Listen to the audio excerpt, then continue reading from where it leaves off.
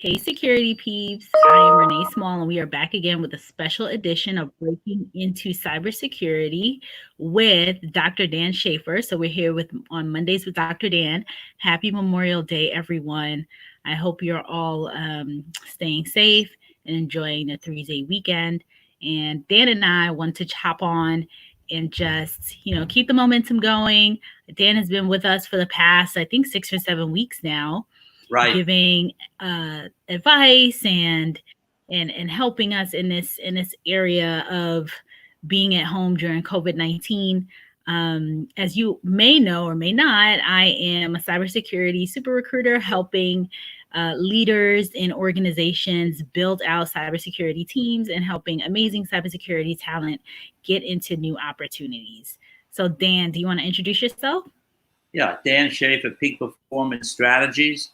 I'm a business and sports psychologist. I work with people who want to get a competitive edge, to whom losing is absolutely not an option, people who are at the very top of their game, and develop some very unique and interesting strategies, taking some things from sports and bringing it into business that works exceptionally well for the people who use them.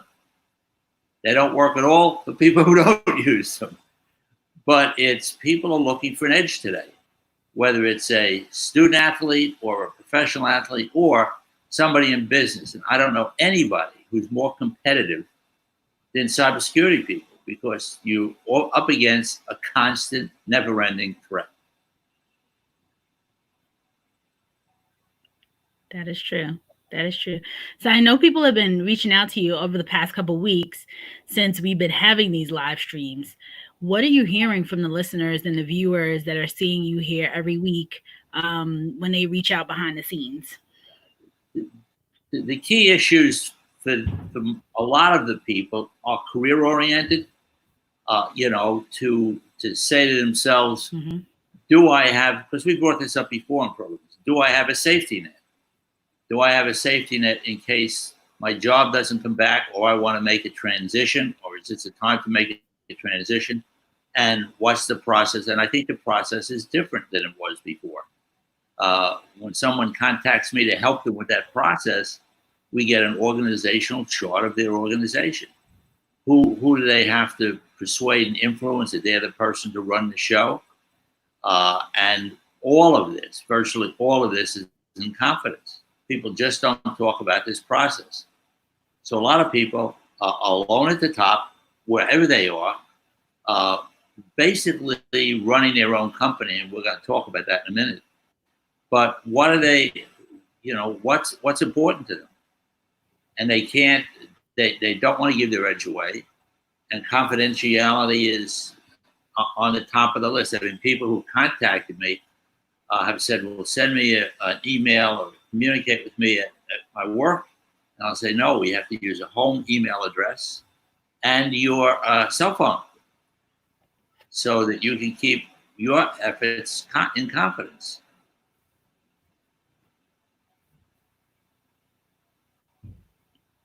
So most of these people are going through a transition right now, trying to determine pretty much what to do next in their careers, or just what's happening in their organization, or trying to anticipate what is happening or what will happen when, bans are lifted and we get out of quarantine and things like that. Yes, all of the above. But what's happened is that when we've talked about 2025 before, every one of my clients today is in 2025 working backwards.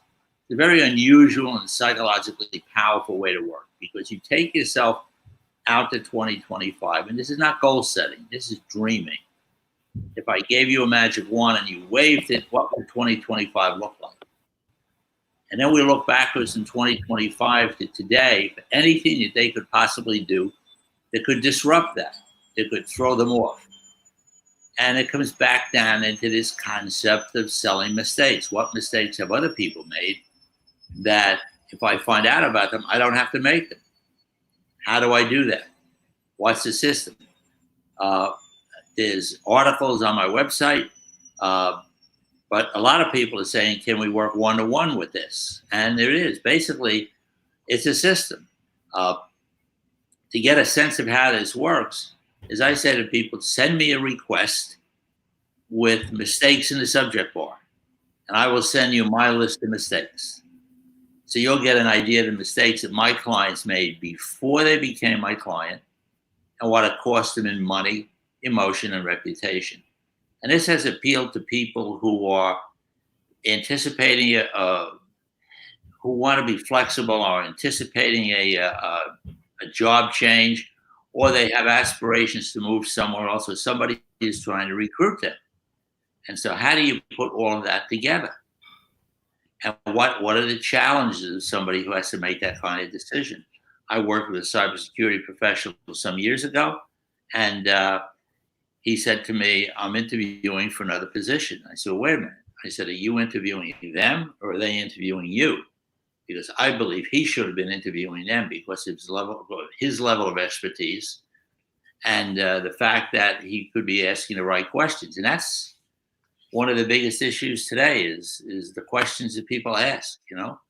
I know that when people look at their future and they say, what do I want to be doing? I want to be doing something I'm very happy with, that I enjoy doing. It's like not going, somebody asked me a couple of weeks ago when I was going to retire. I said, from what? I don't work now. You know, this is fun. This is work. Because I love working with people and helping them, whether it's a high school baseball player or a football player. I mean, I've worked with some of the top professional football players and athletes in the country. But again, all under the radar, except for Chad Pennington, who wrote the foreword to my book. Most of them never talk about it. So you're the secret weapon. I have a covert practice. I mean, it's, you know, I can, you know, one of the things I've been ramping up for any golfers, and I guarantee golfers 3 to 6 strokes at their golf game. So watch, if you send me an email about golf, I'll send you some stuff back. But basically, I'm ramping this program up again. And I had a guy call me and say to me, he said, you know, I'm in transition. And he said, could you help me with my golf game? I went to his office, and as we walked through the office, he's making all these hand things like he's got a golf club in his hand. And when we sat down in his office, he said to me, this isn't about golf. He says, I'm in the middle of one of the biggest mergers and acquisitions that's going on in the country today. He said, and I've got 3 months to persuade 3 guys that I'm the guy to run the company. Wow. So we worked on strategies on profiling the people he had to influence, what he had to say to them. So nothing about this even resembles winging it. I'll just go in and talk about what I do. Mm-hmm. Because the thing is that today we bought in, people want to look on my website, there's a whole presentation there about the cost of myths. What does it cost an individual to operate his life or his business on a myth? And it can become very costly. You know, even we've talked about this before, the 30-second elevator pitch. How do you get your whole pitch together in 30 seconds? Well, unfortunately, you don't have 30 seconds. You only have 6. So if you're meeting somebody and you have to separate yourself from your competition immediately, what do you have to do with that? Right. How do you get your pitch in 6 seconds? So Dan, the topic for today is You Inc. Right. And because so many people have called you and reached out and texted you about career focus and transitions, talk to them, talk to the viewers about You Inc. Because I think that's it's such a needed thought process to have right now, especially as we are all going through these transitions. So please tell us everyone, explain what You Inc. is and how it can help so many people that are here. It is anybody today who's in business understands that it's difficult being in business today, particularly now with what's going on. But it's really risky to be in business and not know that you're in business. And many people think, well, I work for somebody. The concept is that you really are the CEO of your own company. It's not taught that way. People don't think about it that way. But when people start to look at all the things that they need to do to run themselves, run their life as a company, it puts everything in a different focus. First of all, and this is if somebody sends me an email and says, "Send me Ewing," I'll send you the whole system of doing it. But basically, it's to think of yourself as running your own company, and so you have to do a SWOT analysis on yourself. What do you really, really, really do well? And surprisingly, high-performing people sometimes do stuff so unconsciously that they don't even realize what they do well. Mm-hmm. But what do you do well? And how do you maximize that? And then how do you project that and communicate that to somebody you're talking to? Or how do you let it manifest itself within your job situation? The next thing is, weaknesses. I look at them not as weaknesses, but as developmental opportunities, stuff that people did, stuff that people did and haven't had noticed it or need to improve it. And then opportunities. What opportunities have passed you by that you can never, ever recover? And what can you learn from what happened in that process? The next thing with opportunities, what opportunities are right in front of you now, and what do you need to do with those? What can you do, and how can you maximize them? Then you come back to future opportunities. Opportunities are coming down the pike that you can't even anticipate, or maybe you can anticipate them and you can prepare for them. And the third thing is threats. What happens if you don't do anything? When you wait too long? I can't tell you how many people have come to me and said, "Oh, I should have called you sooner." Well, there's a really big cost to waiting sometimes, because as that we've said on this phone call, it doesn't cost you anything to contact me. It doesn't cost you anything for a consultation with me. To find out the basic question is, what do you need to have happen right now that's not happening? Yeah. And how do we make it happen?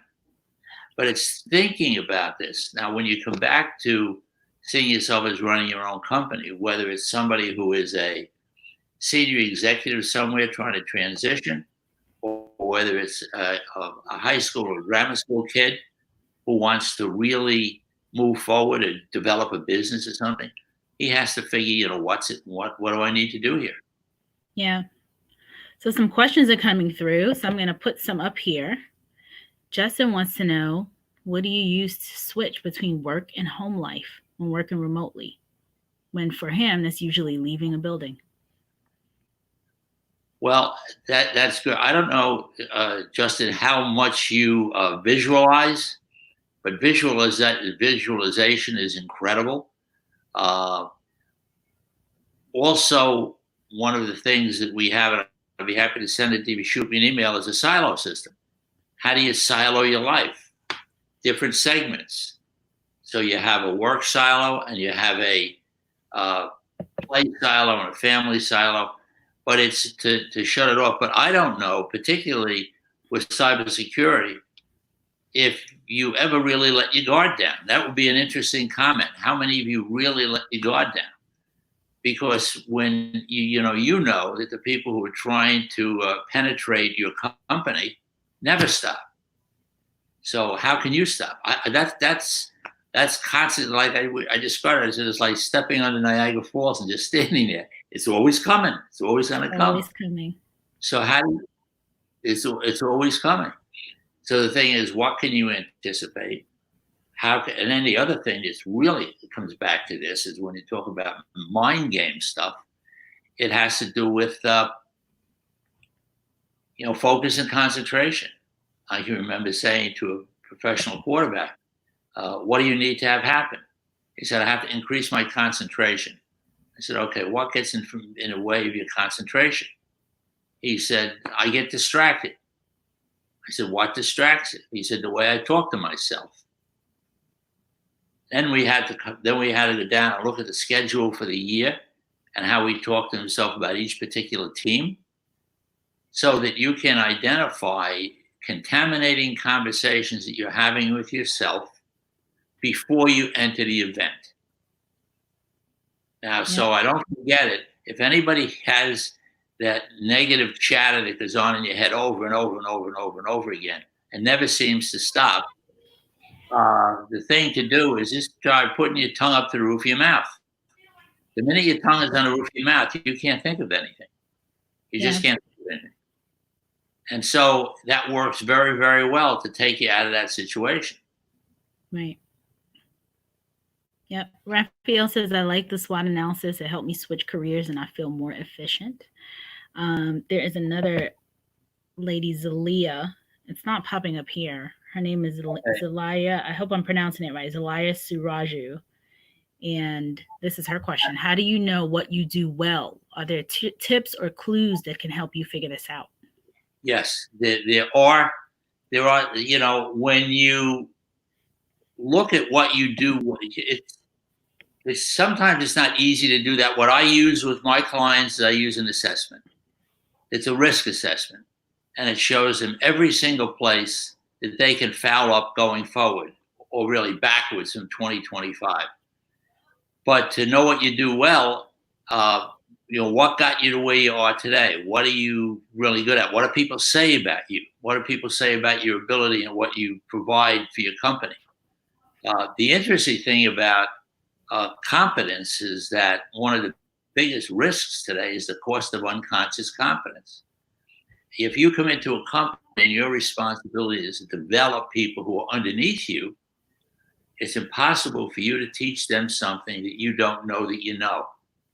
And I will tell everybody on this call, you all know way more than you know that you know, because you've done certain stuff for so long, it's almost automatic.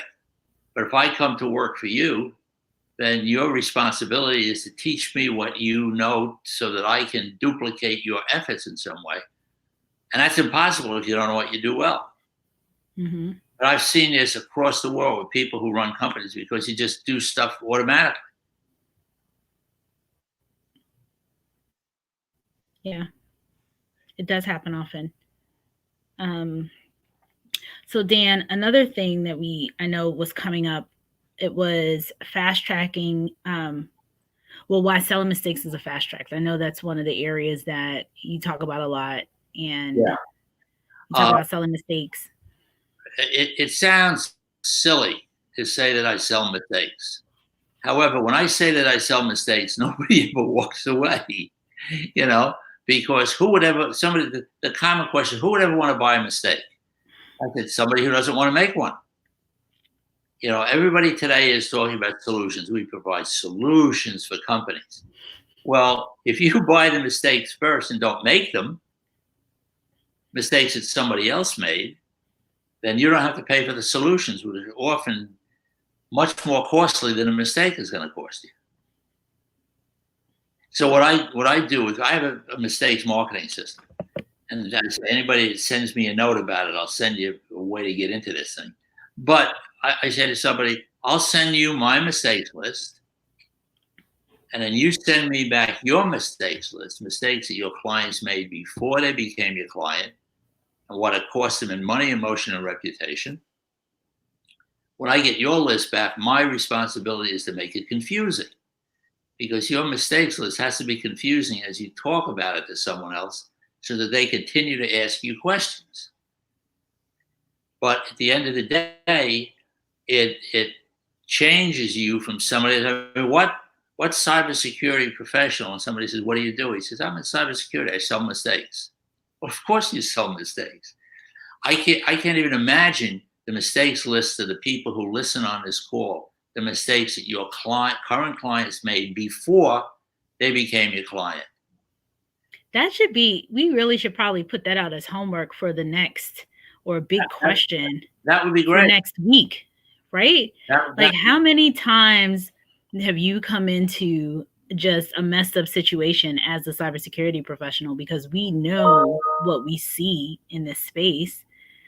So I can't even imagine the different types of mistakes that people would have, that if their internal client, external client, whoever came to them first, all the things that they would have had that wouldn't have happened if they reached out to a Justin Jones or Zalia, or any of these other people, or Raphael, like if they reached out to somebody in the cybersecurity space first, the mistakes that they could have avoided, and probably the time, the energy, the headaches, the money, all these things. The money has got to be enormous. Just what does a penetration cost the company? I give you a very quick example. I have an attorney who was a client of mine, and he said to me, I have a great story for you. He said, I have a client right now who 15 years ago started a partnership with his partner on a handshake. The relationship disintegrated, the company disintegrated. He says, and now for him to get out of this company, it's going to cost him $350,000. It's a $350,000 mistake. But the mistakes that you guys are dealing with have to be enormous. So just the amount of mistakes that people know about that they can talk about. And then, of course, there are ones that you can't talk about. And that's why I say to people, contact me on your private email with a private email address, not with your company, and we can talk about it. It's over and over and over again. Yeah, I have a client who's a lawyer. He represents companies for patent and trademark. I said to him, you should have a T-shirt that says, "Don't talk to anybody." You get an idea. People talk about it. Somebody else takes the idea and runs with it. I know. Some of us it's so funny. I laugh at that because I think we get so excited and then we want to tell somebody, you want to bounce the idea off of someone else. Like, oh, what do you think about this? Or I just thought about that. Or we just got together and we thought about this thing. So I could easily see me making that mistake easily. Well, but how many people, when you tell them your great idea, support you? What a wonderful idea, Renee. I think you should pursue that. That'll never work. It's the amount of, one of the mistakes on my mistakes list is we don't do it this way. Okay. Other people are. People want to know what their competition is doing that they will never, ever tell them about. And that's, the way I got into working with professional footballers. I was at a luncheon where I had a tight end for the New York Jets talking, and I said to him, do your athletes see themselves as a CEO of their own company? He said to me, no. So he took my card, and instead of throwing it away like he does most of them, he called me and he retained me for 3 years until he moved, and then he referred his best friend to me. But again, it's identifying distractions and obstacles before you confront them is the way you beat them. And the people on this call are so creative. Mm-hmm. And you think about the way your competition thinks about you. So it really is a mind game. It really is a mind game. Yeah. So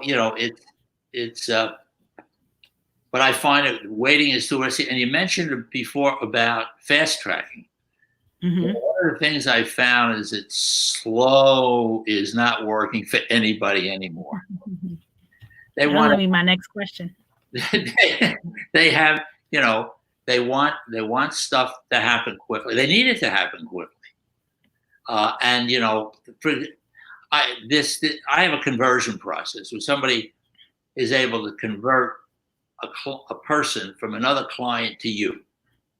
And it's done with talking about two things, 2025 and mistakes. And not somebody else's mistakes, because you're not pointing your fingers at anybody. These are mistakes your clients made before they became your client. Imagine somebody who's in a high profile position to select somebody to go to a recruiter. I use you as an example. That what does it cost somebody not to use you as a recruiter? It's got to be crazy, because you attract all these millions. Yeah, but it's exactly so. A lot of people would say, I want to talk about Renee. So people say, I want to retain Renee to recruit for my company. That's not what I want them to say. I want them to say, I don't want to not hire Renee because of the cost of not hiring her. So, one of the things you talk about is wait. People, the risk of waiting, people wait. I'm going to wait. What are they waiting for? Right now, people who want to engage in the kind of process that I talk about and you talk about is that they're sitting home. Right. So, and the other thing with particularly with student athletes and younger people is that the you incorporated concept, when somebody sees themselves as owning their own company, it changes their behavior. Mm-hmm. Now, how did that play out? When I worked with executives with Hewlett Packard, these guys were very, very bright technologically and but not managerially necessarily. So they needed management strategies. How do you manage remotely? Well, there's a whole system to very effectively managing remotely that if people implement it can be done very quickly, but where the speed is, because you can't afford to make the mistake. Oops is not a good response when somebody says this just happened. Oops. Oh, I didn't. So it's a creative environment. If I was into board games of these internet games, I think cybersecurity would be incredible as a way to constantly try to blow up the bad guys who are coming at you. It's. Yeah. One of my friends, my really good friend, Namdi, he wrote an excellent article today or yesterday that I'm going to share right after this. And he talked about phishing on LinkedIn. Now, all of us from a cybersecurity perspective understand phishing, but the people who are not typically on LinkedIn or may not necessarily fully understand what that means, I thought it was such a relevant topic, meaning that people are coming at you. They may masquerade as a person who is looking to hire you for a job, or, they may say, oh, I'm Renee Small and I'm coming in, and they may send an email and say, oh, send me your resume or send me your contact information or click on this link. And it's not really me. And it's all happening through this platform. And when you talk about mistakes and you talk about what people, the kinds of things that, the ramifications of doing something like that, downloading something into your system where these people just have access to everything on your computer and on your network. And, for us in the cybersecurity world, we're very much aware, and we keep we always keep like a side eye to anything that looks suspicious. But for an average person who may not fully understand this, and they are looking for an opportunity, if they're out there looking for a job, like say you're a customer service rep or whatever it is that you're doing, and you're looking for an opportunity and something like this comes by, it's kind of, and you happen to be on your current employer's network on LinkedIn, something like this happens. And now this malware or anything that goes into your computer has so much access. And you talk about the price of mistakes. It's like if you have one employee, if you're a manager and you're a leader of like say, for example, a customer service group, and you have one customer service rep that clicks on this thing and all of a sudden malware is inside your network, that could cause all kinds of issues. So when you talk about the price of mistakes, you talk about, some of the things that you just described. Even being a CEO of your own company, like when you talk about the You Inc., which is what our topic for today, and really being aware as a whole from student athletes or students all the way up, like being aware of what's around you and what you could do to screw things up potentially for yourself, for your employer, for your future, all those things. Just being aware of the risk is what's important, because the risk is, I mean, people on this call could probably write a book about this stuff. But the point is that again, it's knowing what's going to get in your way, what could derail you, and how do you. And if you're managing a team, I'm thinking of the T-shirt I told the lawyer to get. Don't talk to anybody. Don't click. Everybody should get a T-shirt that says, "Don't click on anything."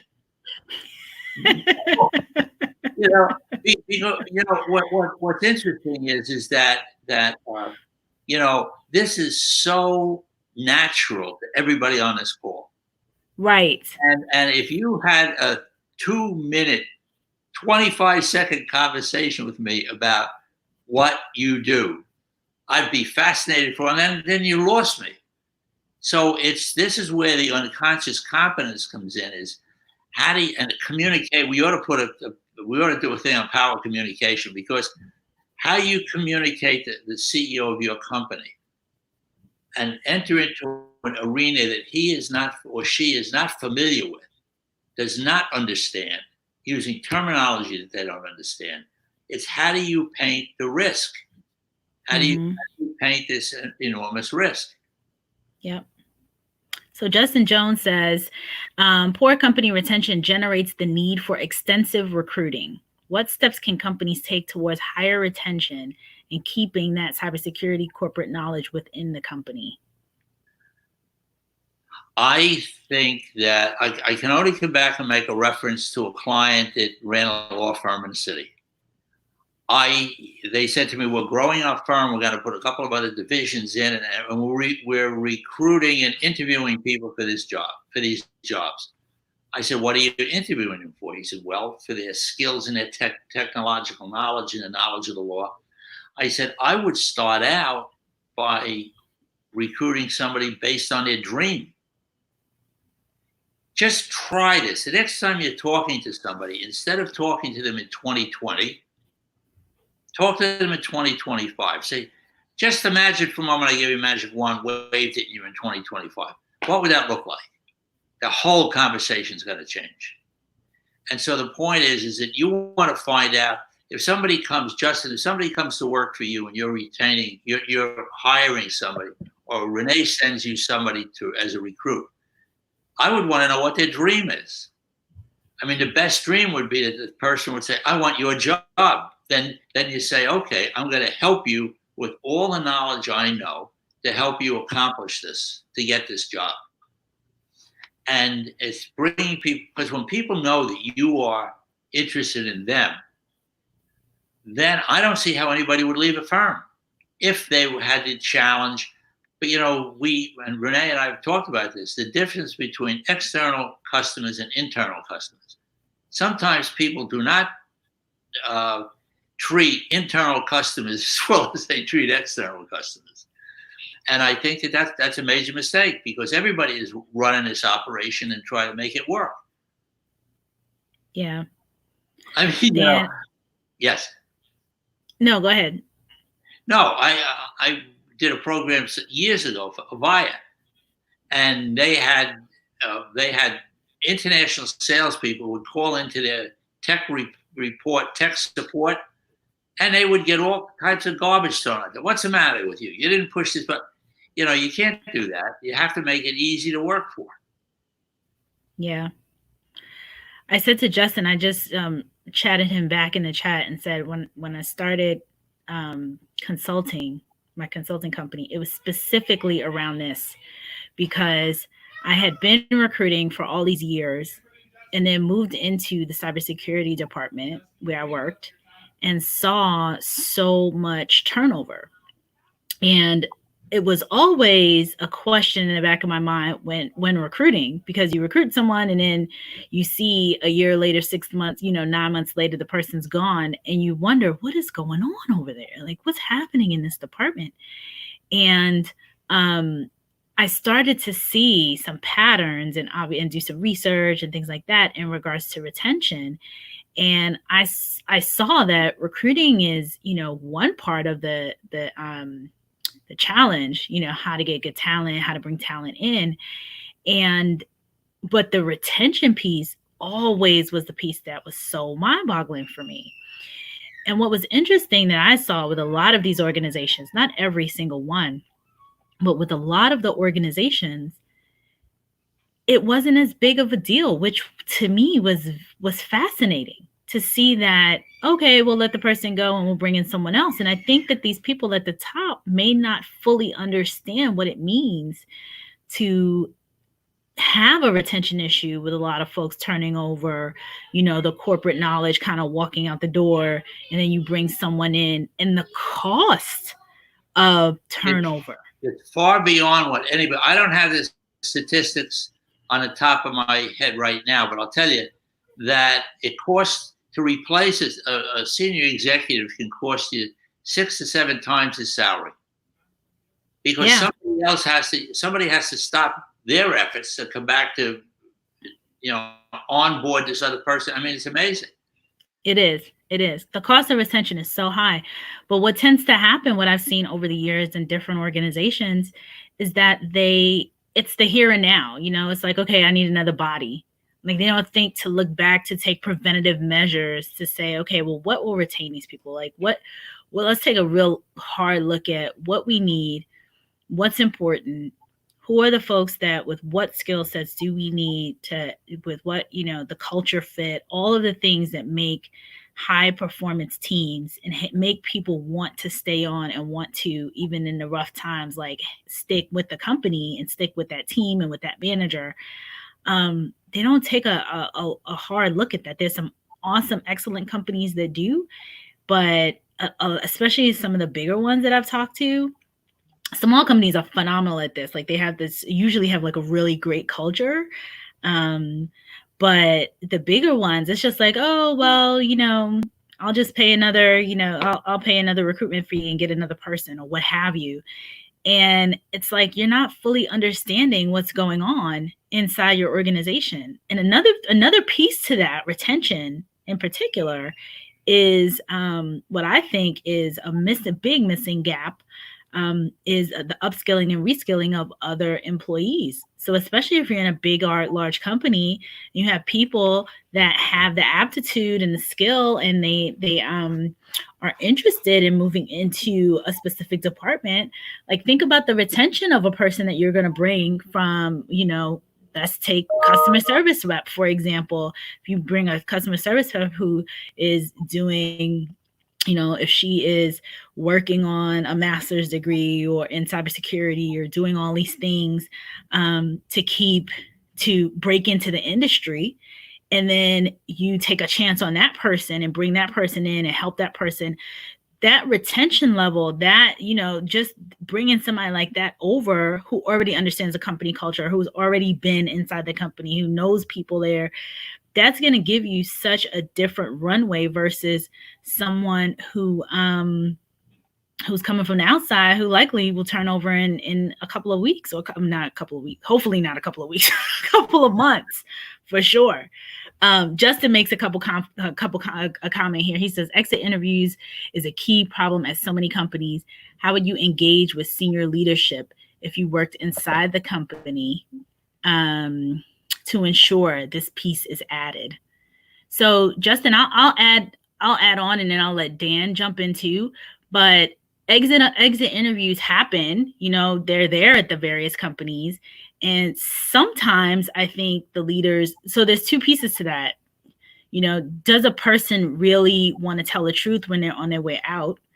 I've seen people, I've heard of situations where people, they just want to go. They give, the average exit interview. They say something, but they're not really telling the real truth about what's happening, or their truth, not any truth, their truth about what's happening.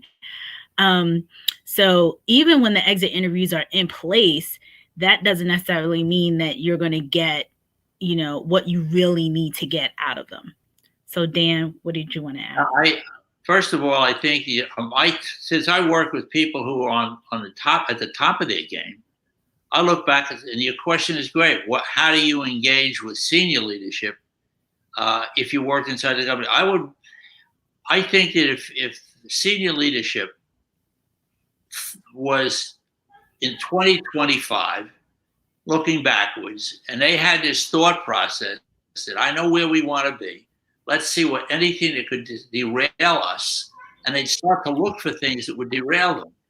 But again, when you put a good candidate into a place, and I know Renee and I have dealt with this over the years, the people who it's just poor managers or the poor managerial situation where a manager will try to steal the opportunity of the person she manages who's moving up within the company.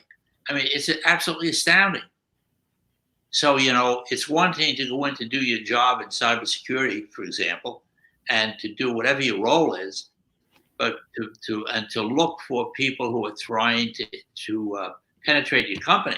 But when you also have to watch your back, I mean, I had a client in Germany with Hewlett Packard, and we were in Geneva, and she said to me, she said, I got a problem. I said, what's your problem? She says, I'm pregnant. I said, okay. So what's the problem? She said, well, we have a mandatory maternity leave that we have to go through. And I have people who I know who are trying to take my job. So we set up a whole system for her to fend off anybody who would try to take the job with some unusual things that she did. But at the end of the day, she started to work virtually, started to get people away from the office, which at that time, 15 years ago, was unusual, knowing that at some point in time, she wanted to start to have her staff meetings at her home after she had the baby, so that she could also not only maintain her position, but also keep her relationship with her clients, which was important. So, it's looking at management. One of the things that Carly Fiorina did with HP when she took over was she said, I'm putting people in high-level positions. I want to make sure that they can handle the managerial situations and challenges that they have. So we were in there as managerial coaches to say to somebody, who are you talking to? What do you have to do? What do you have to make happen? And I've got hundreds of stories about this stuff. It worked. And it worked most of the time, because when somebody would put together a development plan for somebody who's advancing, the consulting company that brought us in was working on those issues. But when you sat down with the individual says, I see myself here as running my own company. I'm running my own company. This is me. And if they always saw that, if they saw themselves rather as an employee of a company, if they saw themselves as a consultant who is leasing their services to that company, then they operate differently, I think. So it's a mental set. You can either see yourself as an employee or a CEO of your own company, and that encourages people to start to work on developing themselves. It's very different when you look at yourself as the CEO of your own. It's a different way. Mm-hmm. Because if you bring it back to a student athlete, once a kid, and I've had a bunch of them who have business cards and hockey players and baseball players and that, but I'm talking about younger kids, 9th grade, 10th grade. The minute they accept themselves as a CEO of their own company, every decision they make becomes a business decision. Mm-hmm. So rather than parents saying, don't do this, don't do that, don't do this, don't do that, the parents saying, when you're thinking of doing something, is that going to help your company or not help your company? So, what gets in the way? Yep, exactly. So Dan, we are at about 45 minutes.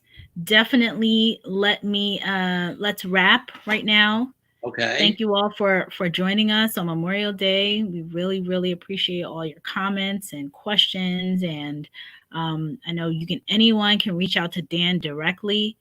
Dan, if anyone wants to reach out to you, what should they can always contact me behind the scene. If you want to DM me, send me a note in LinkedIn Messenger, I will happily send you Dan's email and voice and cell phone. That's what you Right. like to do. You like text. Yeah. Dan Right. loves texts. The phone number is 917-880-6758. Text me and say, when can we set up a call? That's all. Yep. If you want to connect with Dan and you have more that you like to ask him privately, reach out. You can reach out to me and I can send you his number to him directly. Dan, you've had a number of people reach out to you over the past couple of weeks, and you've been able to walk them through things. It's all complimentary.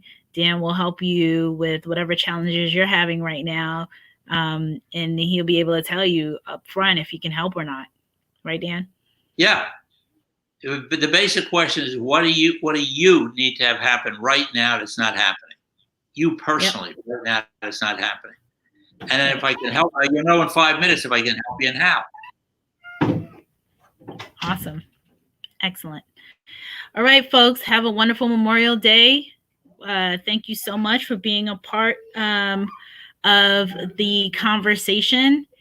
And we will see you with Dan next Monday. We'll be here again next Monday. All right. Great. Thanks, everybody. Have a good weekend. Thanks, everyone. Have a good week.